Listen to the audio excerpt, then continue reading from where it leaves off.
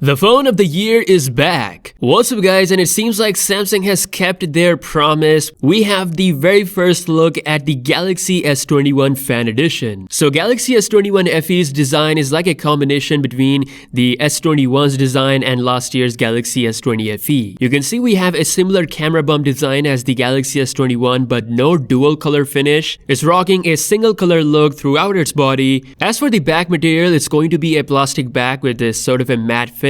As for the sides, we're gonna see shiny metal frame. Now Galaxy S21 FE is slightly bigger than the normal S21, so it's coming with a 6.4-inch display, all flat with a punch hole towards the middle. We've got triple camera setup on the back that's going to be mainly similar as the normal S21, but it may not have the same zoom lens, similar to what Samsung did with last year's Galaxy S20 FE. The biggest upgrade I believe would be the latest hardware, so this phone will likely be costing around $699 for its starting price, might even be cheaper than that because the original S21 is already $800. Again, we'll see what Samsung does with the pricing, but pretty much it's going to be a very famous phone that's going to challenge the likes of Pixel 6 and possibly other $700 range flagship phones that are coming in second half of 2021. Let me know your thoughts regarding the S21 FE in the comments below. Also in the news, Galaxy Fold 3 firmware development has begun according to sammobile.com. This usually means that the launch is not that far away. As per latest leaks, the Galaxy Fold 3 is expected to break all the records with under-display camera on both outer and inner display.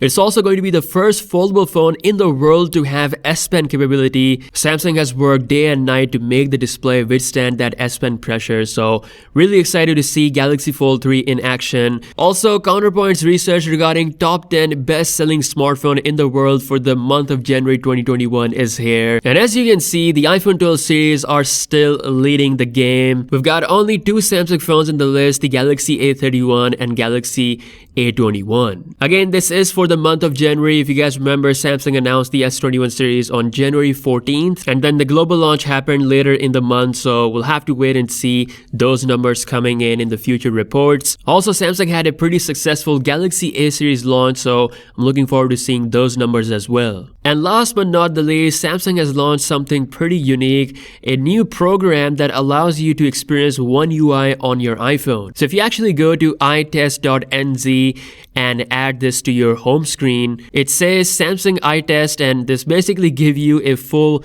One UI experience on your iPhone. You can take a look at Samsung's ecosystem, scroll around, play with different applications, even experience Samsung's own camera application, apply a bunch of different themes to change the UI, and more. So if you have an iPhone, definitely do check out Samsung iTest.